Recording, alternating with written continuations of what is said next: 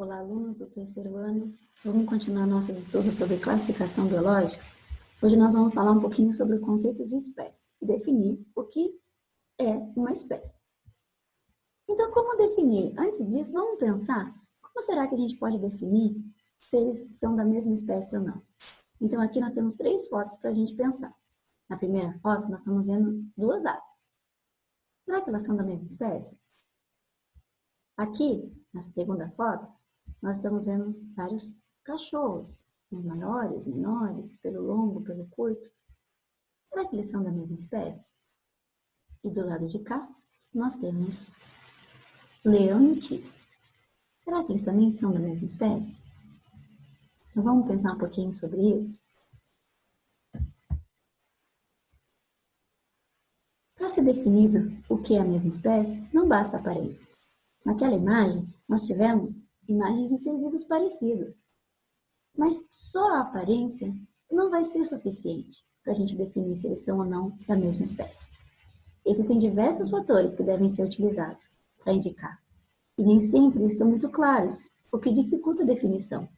Hoje, não existe uma definição clara e precisa sobre o que é uma espécie, mas existem muitos estudos que ajudam a gente a elucidar esse conceito, e é com base nesses estudos que a gente vai conversar hoje. Nessas fotos, nós temos aqui vários cachorros, né? Eles são semelhantes em algumas características? Lógico que são. A estrutura do corpo, o formato, a anatomia, a fisiologia. Porém, eles têm diferenças de tamanho, de pelagem, de formato do rosto, focinho. Mas aí, será que eles são da mesma espécie? Sim, os cachorros são da mesma espécie. A espécie deles é a espécie Canis familiaris. Então, apesar dessa aparência do Lulu da Pomerânia com o Pug, eles são da mesma espécie. Então, o que mais que tenho que levar em consideração para definir se eles são ou não da mesma espécie? Então, nós vamos utilizar um conjunto de características. Para ser da mesma espécie, eles têm que ser indivíduos muito semelhantes. Não precisam ser idênticos, né? Mas sim, muito semelhantes. Eles também devem ser capazes de cruzar entre si e gerar filhos férteis, isto é, filhos que também sejam capazes de se reproduzir. É por isso que aqueles cachorros que a gente viu lá e todas as outras raças que existem, a gente pode colocá-las todas dentro da mesma espécie, porque a gente sabe que existem misturas de raças. O vira-lata ou aquele sem raça definida é a prova disso. Então, apesar deles serem de aparências diferentes, eles são capazes sim de se cruzar. E seus filhos também, no futuro, poderão ter seus próprios filhos. Assim como as raças aqui de gatos que nós temos. Apesar das diferenças entre eles, eles são da mesma espécie, que é a Felis catus. A semelhança anatômica, a capacidade de se cruzar e a descendência fértil, esses 3 tópicos que determinam se ele é ou não da mesma espécie. Mas aí você pode pensar, mas um cachorro de uma raça grande, um cachorro de uma raça pequena, eles podem se cruzar? Às vezes, a dificuldade de tamanho, ela vai gerar um problema no cruzamento. Mas todas as raças podem se cruzar. Então, o que define ser da mesma espécie. Nós, seres humanos, também todos somos da mesma espécie. Nós somos a espécie Homo sapiens. Apesar das inúmeras diferenças que nós temos em coloração da pele, do cabelo e tantas outras, todos nós somos da mesma espécie. E agora, vamos analisar aquela foto lá dessas 2 aves? Uma mais escura e outra mais bonita aqui, né? Mais chama atenção. E aqui também, ó, uma bem vermelha e essa ave bem apagadinha. Aqui nós temos o leão e a leoa. Eles são da mesma espécie?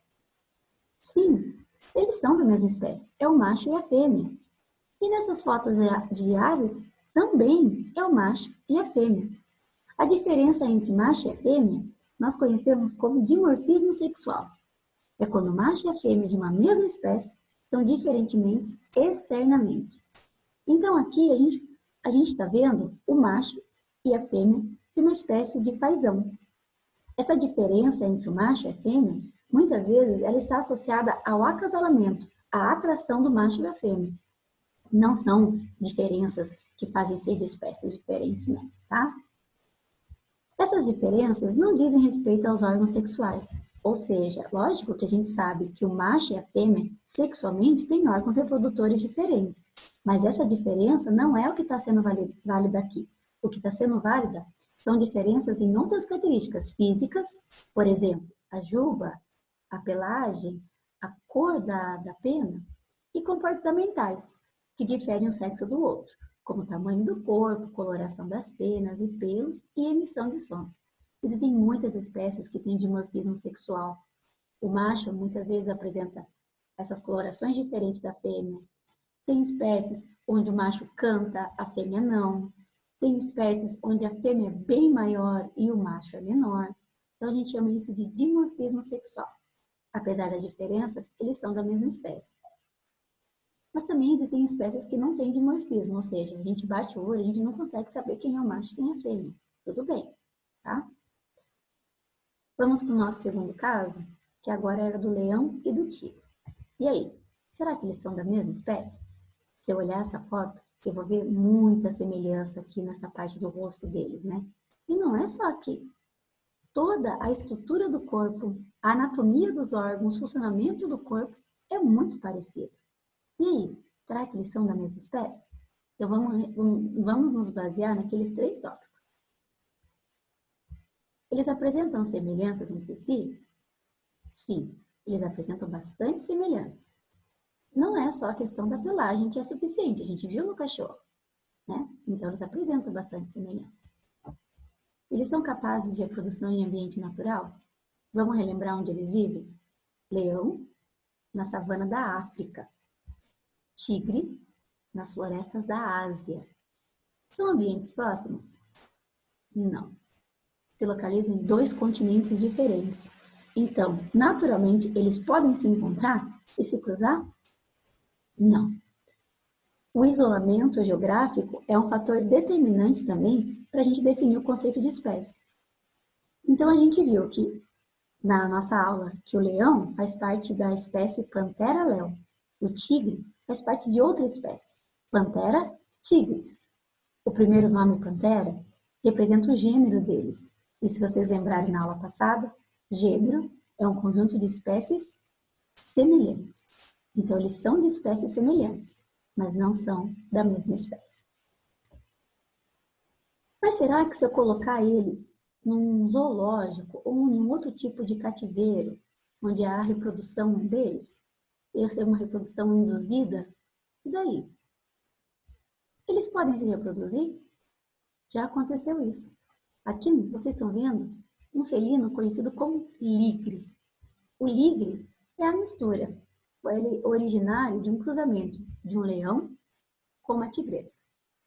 E aí veio esses felinos, que já aconteceram vários outros eventos, que têm dimensões extraordinárias. Ele é muito maior que o tigre, que seria o maior entre os dois. A proporção de crescimento dele, então, é mais acelerada do que qualquer um do leão ou do tigre. Esse tipo de acontecimento a gente define como híbrido. Então, quando acontece a mistura de 2 espécies diferentes, porém com algumas semelhanças, e gera o cruzamento, e nesse cruzamento nasce um indivíduo, esse indivíduo a gente conhece como híbrido. Ele é todo e qualquer organismo vivo descendente de indivíduos geneticamente diferentes. Aqui vale a gente lembrar esse termo geneticamente, porque para ser da mesma espécie, gente, a genética ela é muito importante. O código do DNA, a estrutura do DNA também é muito importante. Então a gente tem leão e tigre geneticamente diferentes, mas com semelhanças. A genética deles ser diferentes faz com que eles sejam diferentes, sejam de espécies diferentes também. Ou seja, o híbrido é o produto do acasalamento entre indivíduos de espécies diferentes. Então, o ligre, ele tem características genéticas do leão e do tigre, que combinaram nessas características que ele tem. Porém, esse animal não sobreviveria na natureza em ambiente selvagem. O fato dele ser muito grande, muito pesado, gerou proporções significativas na estrutura óssea dele, onde ele tem problemas nas articulações. Ele também, pelo fato de ele ser muito pesado, ele é lento. Ele vai ter dificuldade de encontrar o seu próprio alimento. Então, na natureza, esse tipo de animal não sobreviveria. E vamos relembrar das nossas 3 tópicos de espécie? Semelhanças, capazes de se cruzar, e qual que era a última mesmo? Descendência fértil. Vamos ver aqui, ó. Todos os híbridos são estéreis ou inférteis. Ou seja, não são capazes de se reproduzir. Então, a gente esbarra aqui, na última item, o que mais uma vez vai configurar que leão e tigre são de espécies diferentes. A infertilidade desse híbrido está associada também a fatores genéticos, o que muitas vezes, no caso do macho com mais precisão, ele tem dificuldade na sua produção genética ali, o que não garante a produção correta dos espermatozoides.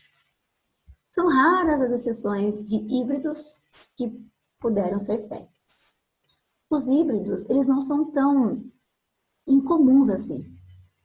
Os primeiros estudos de híbridos que aconteceram foram em plantas. Então, existem vários híbridos de plantas e também existem outros híbridos de animais. Às vezes, os híbridos acontecem no ambiente natural.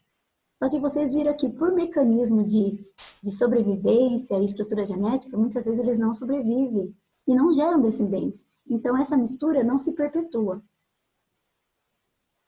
Mas também existem vários exemplos de híbridos que só aconteceram por causa da ação humana. Então, aqui eu coloquei alguns. Ó. A mula, bastante comum, porque ela faz parte de muitos do nosso dia a dia, como um animal de carga, né? Ela é o resultado de espécies de cavalo, do cavalo, com o jumento. O zebralo é esse aqui da primeira foto. Ele foi o resultado de uma mistura de zebra com cavalo. O ligre, aquele que a gente viu.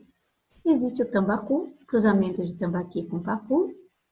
Leopon, leoas e espécies de leopardo. E o arizo, chamado assim pelo povo local, quando acontece a mistura da lhama com a alpaca.